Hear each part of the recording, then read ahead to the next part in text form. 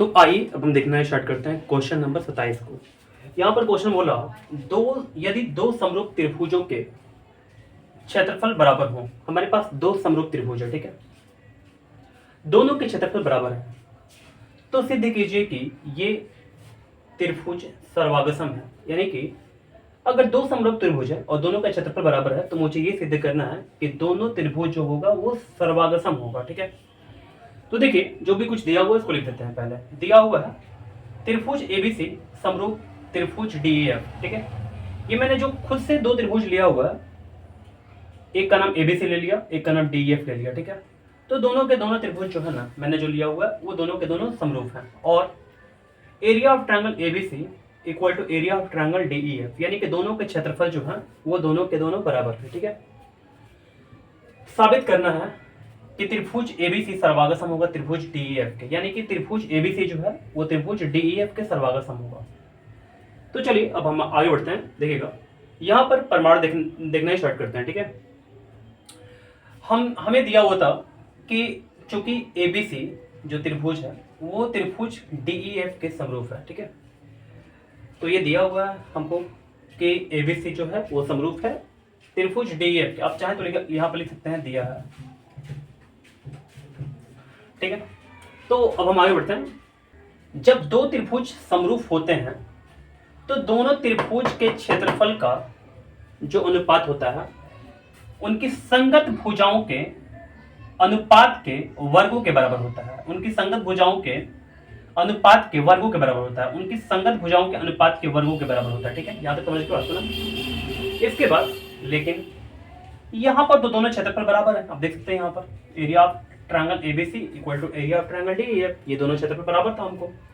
तो मैं क्या करूंगा, डीईएफ के जगह पर त्रिभुज DEF area of triangle DEF के जगह मैं क्या करूंगा, एरिया ऑफ ट्रायंगल एबीसी चिपका दूंगा, ठीक है। तो एरिया ऑफ ट्रायंगल एबीसी बटे में एरिया ऑफ ट्रायंगल क्या हो जाएगा, एबीसी, दोनों कैंसिल करा देंगे, 1/2 आ जाएगा। तो एबी बटे में डी का whole square equal to AC बटे में डीएफ का whole square equal to BC बटे में ईएफ का होल स्क्वायर, ठीक है। अब देखिएगा चाहे तो हम लोग यहाँ पर 1 का स्क्वायर कर सकते हैं, यहाँ पर ये दोनों इक्वल होगा, यहाँ पर इक्वल का साइन दिया हुआ है, सभी इक्वल हैं एक दूसरे से। तो मैं क्या करूंगा 1 को इक्वल दिखा दूंगा इसके, ठीक है। तो यहाँ पर स्क्वायर स्क्वायर कैंसिल हो जाएगा। तो 1 इक्वल टू क्या होगा, ए बी बटे में डी। तो ए बी को हम लोग डी के बराबर कर दिखा सकते हैं यहाँ पर, ठीक है।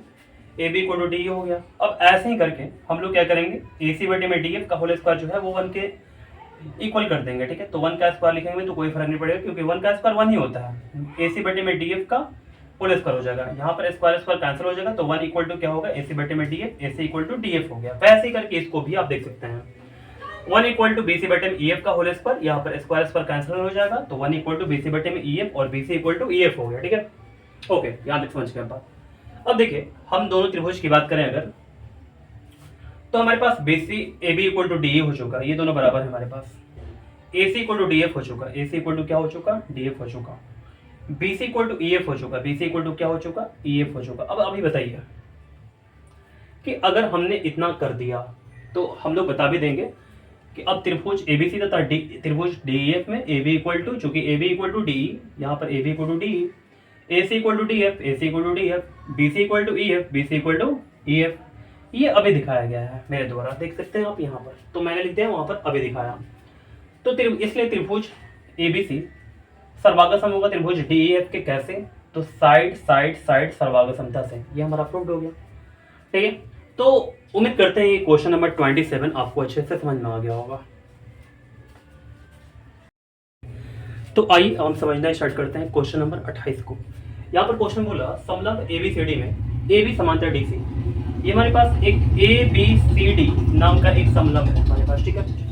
इसमें ए बी जो है वो समांतर है डीसी के, ए बी जो है वो समांतर है डीसी के, और इसके विकर्ण परस्पर ओ पर काटते हैं। इसके जो विकर्ण है दोनों के ना परस्पर ओ पर काटते हैं। यदि ए बी बराबर 2DC, ए बी जो होगा वो डीसी के डबल करने पर आएगा, यानी कि इसका दुगना करते हैं ना, इस छड़ी का आप डबल कीजिएगा, डबल छड़ी लाइएगा तो इस छड़ी के बराबर मुकाबला कर पाएगा, ये बोलना चाहता है ये।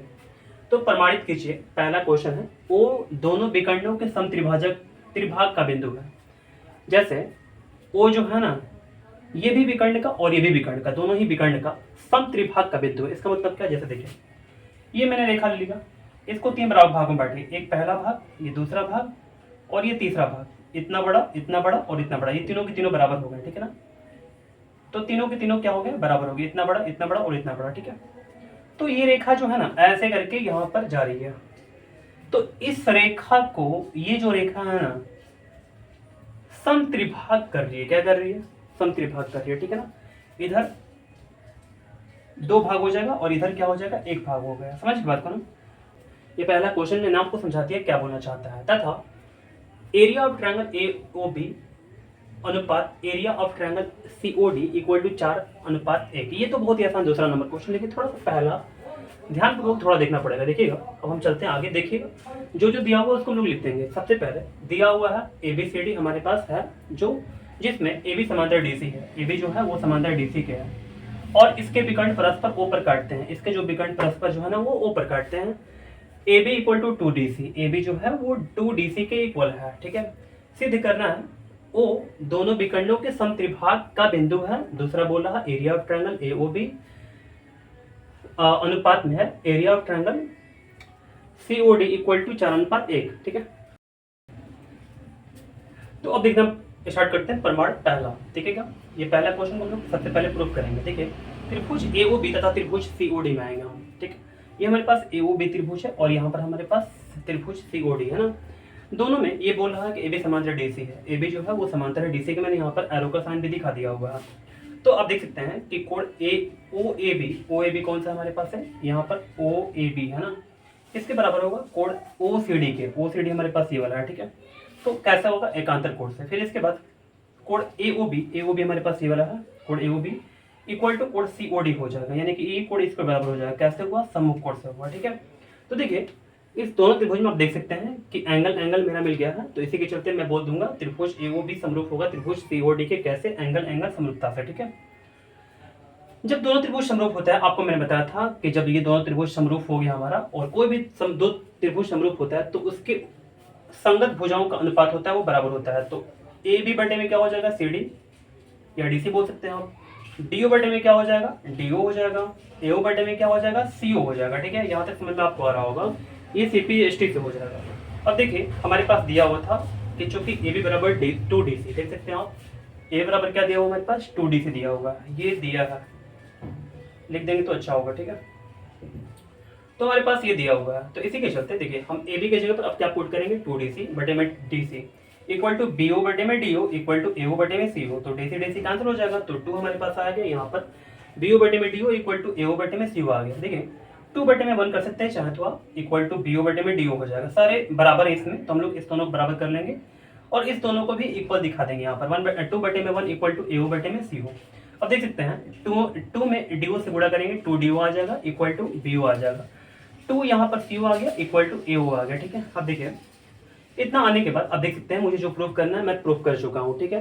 मैंने आपको बोला था कि मैं प्रूफ करने वाला हूँ ये कि अगर DO का डबल करते हैं तो ये BO के बराबर आएगा और CO का अगर डबल करते हैं तो AO का बराबर आएगा। अतः हम बोल सकते हैं कि O दोनों विकर्णों के समत्रिभाग का बिंदु है, ठीक है। ये प्रूफ हुआ हमारा पहला। इसके बाद मिटा करके इस बोर्ड को पहले मैं साफ करके आपको आगे का जो क्वेश्चन है सेकंड नंबर उसको मैं बताता हूँ, ठीक है। तो अब देखिएगा हम लोग देखना स्टार्ट करते हैं 28 का दूसरा। देखिए चूंकि त्रिभुज AOB समरूप है त्रिभुज COD के, अभी दिखाया गया ये, यानी कि ये त्रिभुज इस त्रिभुज के समरूप है, ठीक है। अभी मैंने जस्ट दिखाया। तो लोग बोल सकते हैं कि एरिया ऑफ ट्रायंगल AOB बटे में area of triangle COD equal to AB बटे में DC का होल स्क्वायर। यानी कि ये कहने का ये मतलब है कि जब भी दो त्रिभुज समरूप होते हैं, जैसे ये त्रिभुज मैंने अभी दिखाया समरूप है, तो दोनों के क्षेत्रफलों का जो अनुपात होगा इनकी संगत भुजाओं के अनुपात के वर्ग के बराबर होगा, ठीक है। तो मैंने यहाँ पर लिख दिया। अब देखिए AB हम लोग लिख दिए AB इक्वल टू 2DC। क्यों, क्योंकि AB जो है वो 2DC के इक्वल है। अब देख सकते हैं यहाँ पर दिया हुआ है AB इक्वल टू 2DC, मैंने यहाँ पर दिया हुआ मैं लिख लिया हुआ AB इक्वल टू 2DC, ठीक है। तो AB इक्वल टू 2DC हो गया और बटे में DC हो गया, DC कैंसिल हो जाएगा, तो हमारे पास ऊपर बचेगा 2 और नीचे बचेगा हमारे पास 1, ठीक है। तो एरिया ऑफ ट्रायंगल AOB बटे में area of triangle COD equal to क्या हो जाएगा, यानी कि 4 बटे में 2 का स्क्वायर 4 हो जाएगा, 1 का स्क्वायर 1 ही होगा। तो 4 ये 1 आ गया और मुझे ये जो प्रूफ करना है वो प्रूफ मैंने कर दिया, ठीक है। तो देखिए मैंने इसको सजा कर थोड़ा लिख दिया हुआ है क्योंकि ये दिखा हुआ है ऐसे करके, ठीक है। तो एरिया ऑफ ट्रायंगल एओबी अनुपात area of triangle COD equal to 4:1 आ गया, ठीक है। ये प्रूफ हमारा हुआ। तो उम्मीद करते हैं आज का जो क्वेश्चन नंबर 27 है और 28 है ये दोनों आपको समझ में अच्छे से आ गया होगा।